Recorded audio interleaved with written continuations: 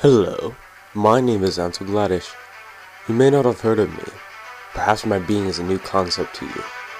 If that's to be true, then make sure you mark this day as the day you first heard of the great Arthur Answer. Organize me on your reading list. Add me to your subscriptions. Answer Gladdish is my name. Stored as the impossible is my game, and if you don't believe me, who could that be? Excuse me for 1 second while I take this. Doesn't seem about anybody out here. Oh, but what is this? Looks like a Christmas package. And it's from the Hatter.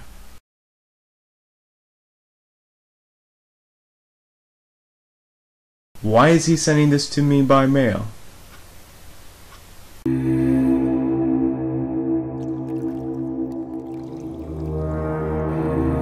He usually just pops in through his hat. Maybe this is his way of saying sorry.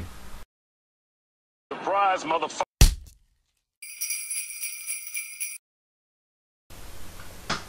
What was that for?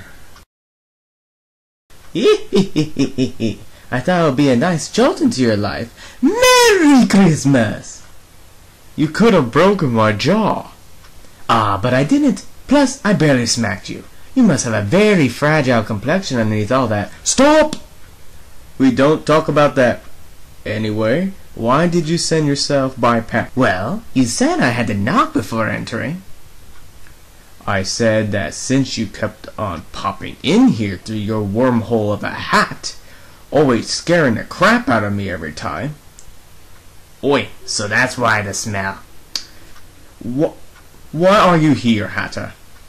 Ah, the perfect question which deserves the awesome answer. To stop you from giving your review. What?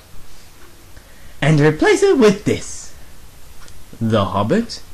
Yes, you have to watch the movie. It's awesome. It's full of action. It's just like a video game. Like a video game? Please tell me it follows a book at least. Well, sort of, kind of. Sorta? Is that even an English word? You just have to watch and find out. It's a great movie, don't get me wrong, but Peter Jackson has made us some tweaks here and there. What kind of tweaks? Well, that changes it. I'll be reviewing The Hobbit this week to see how well this movie adaptation is to the book. I've heard some good and some negative hype on it, and now I'm going to watch it and find out for myself to see how well this movie follows the book. But what? What do you mean there are 2 movies on The Hobbit? And there is a 3rd movie just about to come out? Why is there so many movies to one book? And then the first 2 movies are practically the entire book? Then what is the 3rd movie going to be about? Let me see here. Alright, going through the chapters. The 3rd movie is going to be about the great battle against the dragon. But that battle is only 1 chapter long. Not even 1 chapter. And the 3rd movie is going to focus 3 hours of its time on that 1 chapter? Oi, the 3rd movie isn't even out yet and I'm already getting a headache. Let's save that review for another time and focus more on the first movie. So let's now compare the book to the movie with The Hobbit. The book, There and Back Again, written by J.R.R. Tolkien, is considered one of the classics that predated The Lord of the Rings. Where did he get his inspiration? It might surprise you that he got some of his ideas from a kid at school who was making up his own world called Narnia. That's right, C.S. Lewis and Mr. Tolkien were friends at school. What a coincidence, right? Anyway, back to the movie to see if it really is as good as the crazed Hatter says. The shots are amazing. The New Zealand landscapes are beautiful and they did Bilbo's character exactly as I envisioned. But does the movie follow the book? The first movie actually doesn't do too bad, throwing its own cinematic pieces here and there, but there are a lot of things that are added that had no reason to be in the story whatsoever. The dwarves, oh, they were fun to watch, but why do a few of them look like humans? They don't look like dwarves. And then I had to find out later that they made them more handsome so that way the dwarf and the she-elf can have some on-camera nookie time. Don't throw romance into an action-adventure story. Tolkien didn't like it much and neither do I.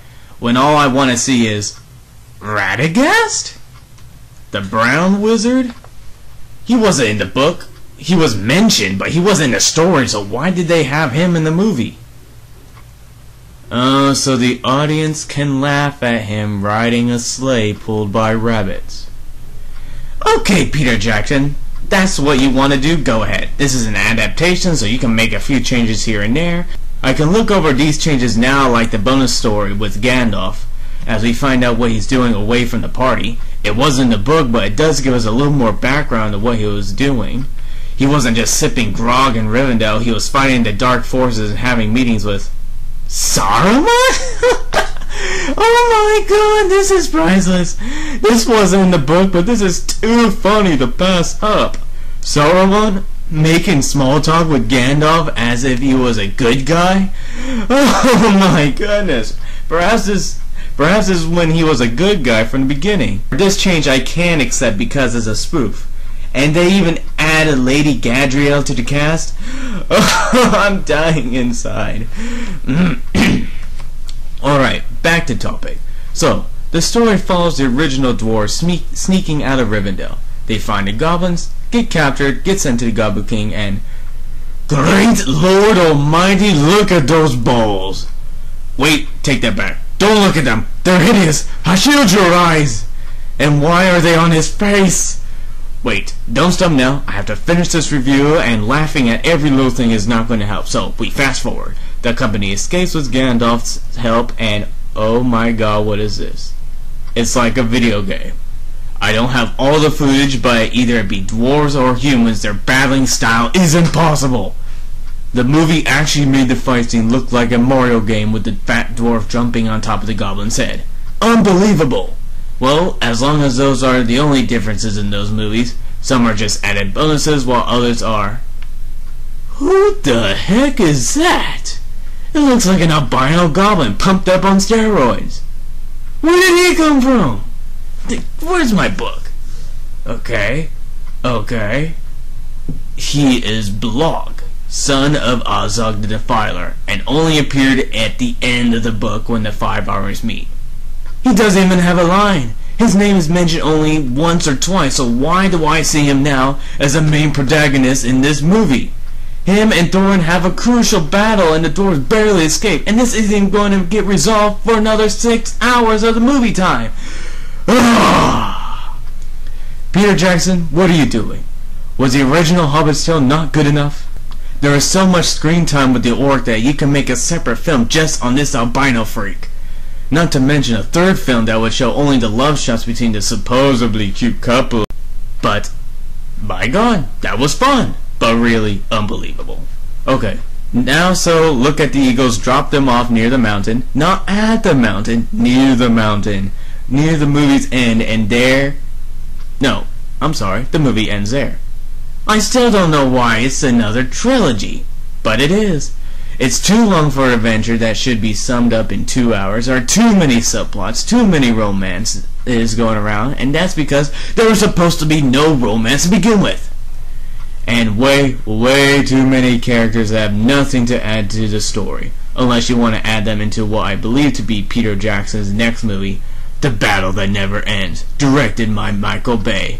Cue the explosion! So that's the end of this episode. I can understand the director wanted to make this into a trilogy like The Lord of the Rings. He even brought in some of the original cast, and I can understand the mixed hype about it. So overall, I believe it's a good movie. I will review the third and final movie when it comes out to see if it sticks to the book like this one. I mean, he can't do any worse, right? It's not like he's going to add someone into the movie just because they're famous and... What? Legolas is back in the second part? But he's not even in the book! Cue the explosions!